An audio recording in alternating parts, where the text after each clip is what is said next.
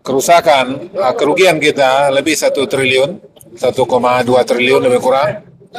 Dan kemudian juga areal pertanian kita yang rusak, itu juga ada lebih kurang 13.000 hektar. Dan kemudian juga sekarang masyarakat yang masih mengungsi, itu ada 130.000 orang lebih kurang. Dan sampai itu juga yang meninggal, data sore tadi itu 151, dan kemudian yang hilang ada 118. Dan selanjutnya berapa kerusakan infrastruktur sudah mulai dibenahi, roda 2 sudah bisa jalan, tetap nanti roda mobil pribadi, setelah itu nanti truk yang besar. Terutama sekali adalah akses yang menghubungkan kabupaten kota. Yang berat itu adalah Padang Panjang, kemudian Padang ke Agam. Nah, mudah-mudahan insya Allah secara bertahap ini akan bisa kita tanggulangi sehingga ini akan bisa dilewati. Dan mudah-mudahan direncanakan oleh Balai Jalan yaitu pada 1 bulan pengerjaannya, mudah-mudahan akan berjalan insya Allah. Kalau sampai saat ini yang masih dalam pencarian itu berapa banyak? Itu ada 118 orang yang hilang, dan tentu angka kematian nanti juga akan bertambah tentunya, dan pencarian tetap saya lakukan. Yang terparah di Agam atau yang terparah itu ada berapa daerah?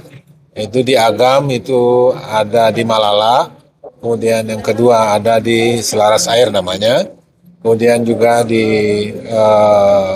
Padang, Batu Busuk, dan kemudian Lubuk Menturun, dan kemudian perbatasan Padang Panjang dengan Batu Sangkar, dan kemudian juga ada di Pasaman Barat. Jadi, dan kemudian alhamdulillah malam tadi sudah bisa diakses semuanya, sehingga distribusi barang-barang permakanan dan lain sudah bisa di.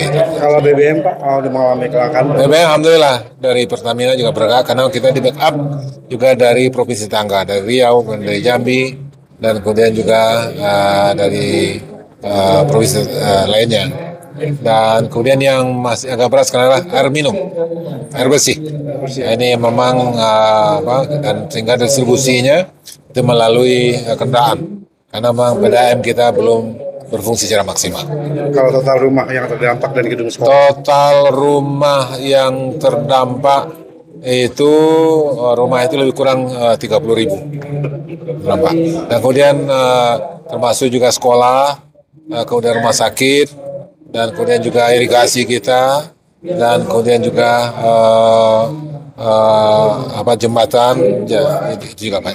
Pak, kalau penyebab utamanya itu sebenarnya karena memang illegal logging atau gimana sih?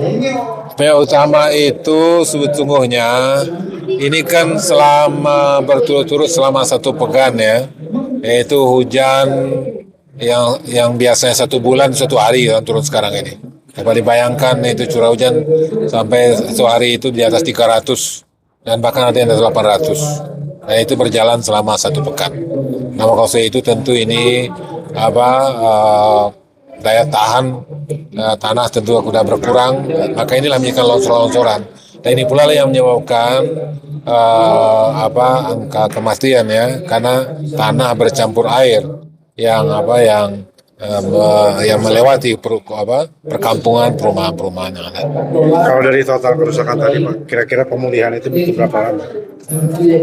Untuk pemulihan tentu nanti akan kita lihat, nanti ada perumahan ya, nanti ada perumahan, kemudian ada infrastruktur, kemudian juga ada areal pertanian ya, tentu ini butuh waktu yang cukup panjang.